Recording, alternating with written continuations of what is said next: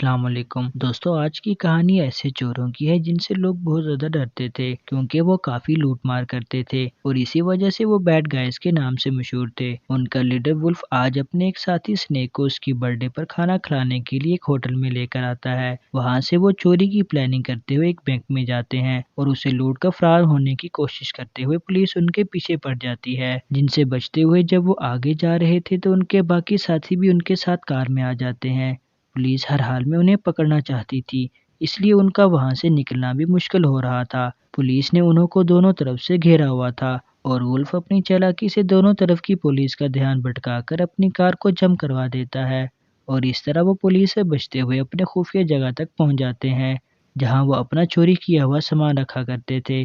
وہاں پہنچ کر جب وہ نیوز دیکھتے ہیں تو نیوز میں انہی کی باتیں چل رہی تھیں۔ سب لوگ انہیں بہت برا بھلا کہہ رہے تھے۔ سب کو اس بات پر غصہ تو آتا ہے لیکن تبھی نیوز چینج ہو جاتی ہے اور کسی گولڈ ایوارڈ کے بارے میں سن کر ان کے مائنڈ میں ایک خیال آتا ہے اور ان کا سارا غصہ ختم ہو جاتا ہے۔ اصل میں یہ گولڈ ایوارڈ شہر کے سب سے اچھے انسان کو ملنے والا تھا اور ولف اسے چرانے کا سوچ رہا تھا، لیکن باقی ساتھی زیادہ خطرے کی وجہ سے اسے منع کر رہے تھے۔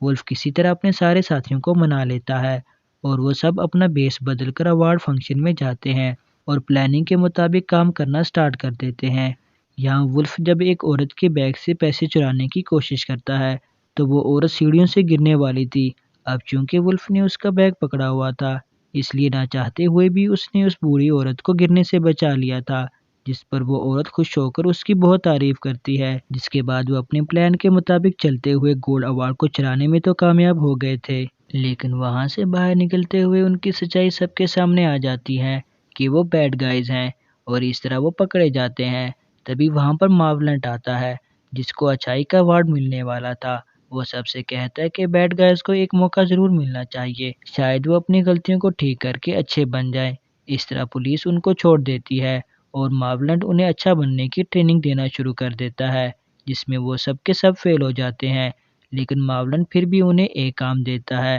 کہ تم لوگ ایک لیب سے چھوٹی کریچرز کو بچا کر لے آؤ جن پر لیب میں غلط ایکسپیریمنٹ پرفارم کیے جاتے ہیں۔ وہ لوگ لیب میں جا کر اپنا کام شروع کرتے ہیں، لیکن یہاں سنیک کو کریچرز دیکھ کر ایسا لگتا ہے کہ یہ کریچرز کھانے میں بہت مزے کے ہوں گے، اسی لیے وہ ساری چھوٹی کریچرز کو کھا جاتا ہے۔ سب لوگ اس کی اس حرکت سے بہت غصہ ہوتے ہیں اور ولف اسے اٹھا کر گھماتے ہوئے وہ ساری کریچرز کو باہر نکال دیتا ہے اور کریچرز ان کے قابو میں نہیں رہتی اور وہ سب لیب سے باہر نکل جاتی ہیں۔ اور باہر لوگ جو بیڈ گائز کو ہمیشہ سے برا سمجھتے تھے، ان کو لگ رہا تھا کہ وہ لوگ یہاں پر چوری کرنے آئے ہوں گے، کیونکہ سچائی تو کسی کو نہیں پتا تھی، اس لیے پولیس بھی انہیں دوبارہ پکڑنے لگی تھی، لیکن ولف ڈائین کو بتاتا ہے کہ وہ یہاں صرف ماولنٹ کے کہنے پر آیا تھا۔ ڈائین اصل میں اچھے کام کرنے والی لڑکی تھی، وہ ہمیشہ سے اچھی چیزوں کا ساتھ دیتی تھی، اسی لیے وہ انہیں ایک موقع دے دیتی ہے اور پولیس سے بچا لیتی ہے اور ولف سے کہتی ہے کہ تم اپنی اور اپنے ساتھیوں کی اچھی زندگی بناؤ، یہ کیا فضول کام کرتے رہتے ہو۔ یہی سب سوچتے ہوئے اس کی نظر درخت پر پھنسی ایک کیٹ پر پڑتی ہے جس کی وہ مدد کرتا ہے اور اسے نیچے اتار دیتا ہے۔ اس کام کی ماولنٹ نے ویڈیو بنا لی تھی جس سے سب جان گئے تھے کہ اب بیڈ گائز اچھے بن گئے ہیں، لیکن اب سنیک ولف سے پوچھتا ہے کہ لوگ جو ہمیں سمجھ رہے ہیں ہم ویسے بن گئے ہیں کیا؟ تبھی ولف ہنس کر جواب دیتا ہے کہ ہم لوگ تو صرف لوگوں کا اعتبار جیتنے کے لیے ڈرامہ کر رہے ہیں۔ اس سب کے بعد وہ سب ایک شو میں جاتے ہیں جہاں سب کو وہ طاقتور پتھر دکھایا جانا تھا۔ بیڈ گائز اس شو میں صرف وہ گولڈ ایوارڈ چرانے گئے تھے جو پچھلی بار ایک اچھے انسان کو نہ مل پایا تھا، وہ بھی صرف ان کی وجہ سے، لیکن ولف کو چوری کرنے سے ڈائین کی باتیں روک دیتی ہیں اور وہ خود ایوارڈ اٹھا کر ماولنٹ کو دے دیتا ہے، لیکن اچانک لائٹ جانے پر اس ایوارڈ کی بجائے وہ قیمتی پتھر غائب ہو گیا تھا جو شاید کسی نے چرا لیا تھا،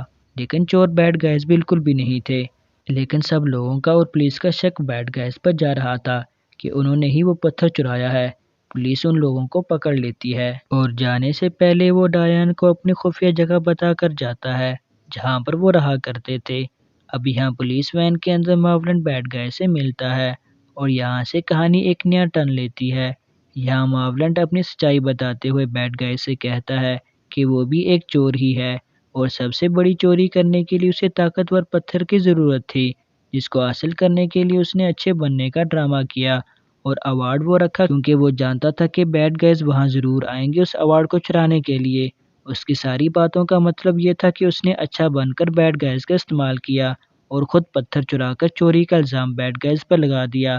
اب بیڈ گائز جب جیل میں ہوتے ہیں تب ڈائن ان کی خفیہ جگہ پر جاتی ہے، جہاں بہت ساری دولت دیکھ کر وہ حیران رہ گئی تھی کہ انہوں نے کتنی دولت چرا کر جمع کی ہے، جسے ولف نے ڈائن سے سب لوگوں کو واپس لوٹانے کا کہا تھا۔ یعنی ولف نے ڈائن سے کہا تھا کہ ہم نے جن سے یہ دولت لوٹی ہے آپ انہیں واپس کر دیں، جبکہ دوسری طرف جیل میں سب لوگ ولف سے لڑ رہے تھے کہ اس کے اچھے بننے کے شوق میں آج ہم جیل میں ہیں۔ تبھی وہاں ایک نقاب والی لڑکی آتی ہے اور وہ جیل کے گارڈ سے لڑتے ہوئے ان کو ہرا کر بیڈ گائز کو وہاں سے چھڑوا کر لے آتی ہے، اور ہمیں پتہ چلتا ہے کہ یہ لڑکی ڈائن ہی ہے، کہ وہ بھی ایک شاطر چور ہی تھی اور وہ اپنی پہچان چھپا کر چوری کرتی تھی۔ یعنی وہ لوگوں کے سامنے تو اچھی بنی رہتی تھی لیکن اصل میں وہ ایک چور تھی۔ یہاں تک کہ اس نے وہ گولڈ ایوارڈ چرانے کی بھی کوشش کی تھی جنہیں یہ بیڈ گائز چرانا چاہتے تھے، لیکن خود ہی احساس ہونے پر کہ وہ یہ غلط کام کر رہی ہے وہ یہ سب چھوڑ دیتی ہے۔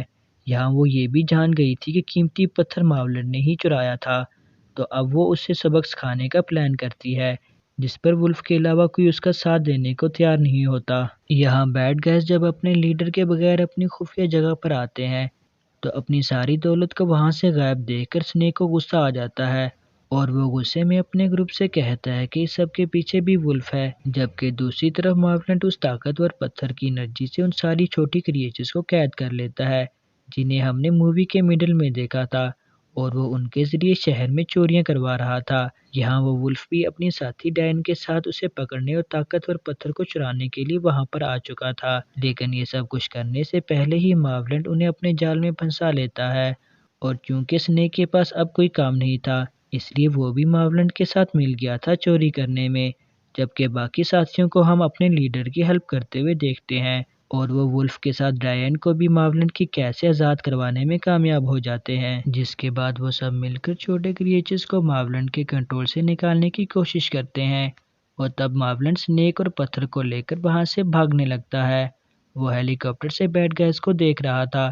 اور وہ ان سے بچنے کے لیے اپنے چھوٹی کریچرز کو دوبارہ اپنے کنٹرول میں لا کر بیڈ گائز پر اٹیک کروا دیتا ہے، اور ساتھ ہی سنیک کو بھی دھوکے سے ہیلی کاپٹر سے گرا دیتا ہے۔ یہ دیکھ کر کہ سنیک کی جان خطرے میں ہے، ولف اپنے پورے گروپ کی جان کو خطرے میں ڈال کر سنیک کی جان بچاتا ہے اور ساتھ ہی سبھی لوگوں کو بھی بچا لیتا ہے، لیکن اب ان لوگوں کو پولیس نے پکڑ لیا تھا،